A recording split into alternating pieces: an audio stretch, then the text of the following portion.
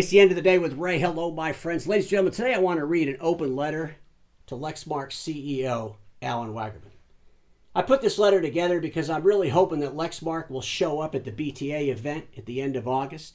At that event, the BTA has a panel discussion. That panel discussion is titled Slavery in the Supply Chain. And folks, I'm sure that the BTA has already invited Lexmark to participate as a panelist.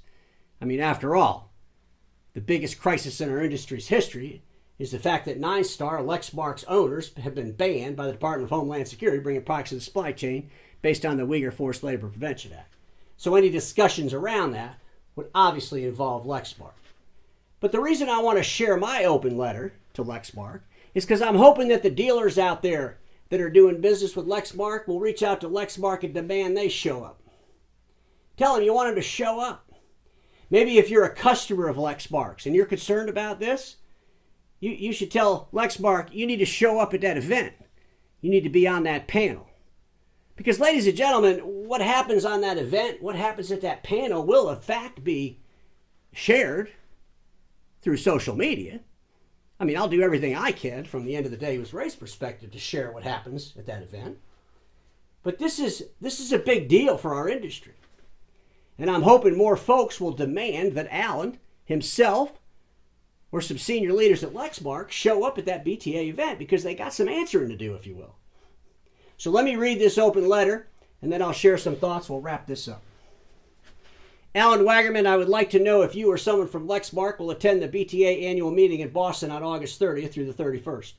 The BTA announced they will have a panel discussion regarding Lexmark's owners, 9-Star Corporation. The panel discussion will address concerns the DHS ban on 9-Star and 8 of its subsidiaries, a ban as part of the Uyghur Forced Labor Prevention Act. Lexmark is very woven into the 9-Star Corporation and all its subsidiaries. The dealers must have truthful response based on actual reality from Lexmark. Lexmark owes the American people and the industry the truth regarding their ownership by a banned PRC company. Lexmark's participation in this panel will be an opportunity for Lexmark to stop its whitewashing. I have grave concerns regarding Lexmark's eagerness to distort the truth as they have and continue to do so. Lexmark is asking dealers to trust them regarding the data Lexmark collects from its dealers and its dealers' end users. At the same time, Lexmark has yet to be forthright regarding the realities between Lexmark and its owners, 9-Star Corporation. I am looking forward to this panel discussion. I contacted BTA, and they will not inform me who was invited to participate. The BTA director, Brett Hoskins, responded that when the participants accept the invitation, they will post it on the website. The BTA has not invited me to participate. However, I will attend the event, and I look forward to Lexmark's involvement. I am sure the BTA invited Lexmark to participate in the panel discussion. I expect that invitation and its acceptance or refusal to be discussed first. In closing, if Lexmark does not attend, that will amplify all my concerns. Lexmark, it's been since June 9th. This will be August 30th, 31st. You've had plenty of time. It's time for the leaderships at Lexmark to address the association, the industry that sells your products. So the industry that sells your products can be satisfied as they continue to sell your products into the marketplace. But at the end of the day, your silence, your ignoring this, your whitewashing has to stop. And I'm hoping that more folks will do as I'm doing here today and reach out to Lexmark and make sure they show up at that event. Now, ladies and gentlemen, I just want to show you something really quick. I want to explain a couple things to you. I am really, really excited to be able to say that it is undisputed that the end of the day with Ray platform that I've spent 5 years building, 1,000 episodes, is the industry's largest daily venue. I am very, very excited about that. But I want to share with you some content that I put together regarding this DHS ban of 9-Star. I'm not sharing this with you today to try to convince the BTA board to let me be on the panel. That ship sailed. They have no intention of ever putting me on a panel. I mean, at the end of the day, they barely could stomach me showing up to their meetings. But I think it's important that my audience understand this.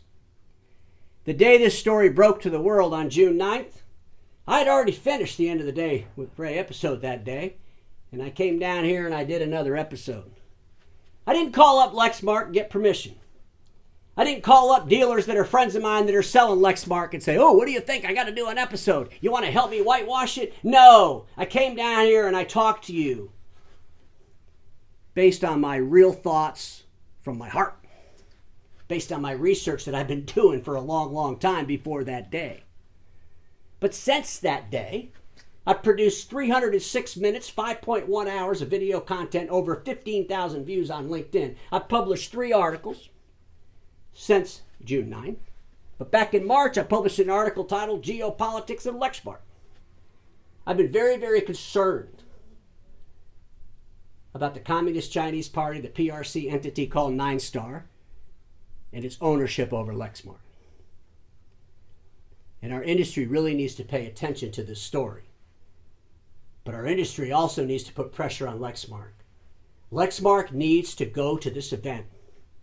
And I'm asking a lot of folks out there to reach out to Lexmark and make sure they're there. And ladies and gentlemen, if they don't show up, guess what? That silence is going to speak pretty loud. But the industry can't ignore this story, and the industry can't run around seeking permission and how it wants to talk about this story. When things that are going to affect our industry show up, we need to be able to respond.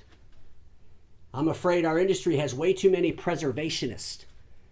Okay? We don't need to wait for permission to paint the house, put up the fence, put up the sidewalk. Save all that kind of crap for a neighborhood.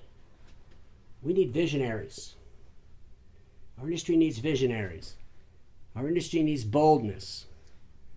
The preservationists in our industry are holding us back.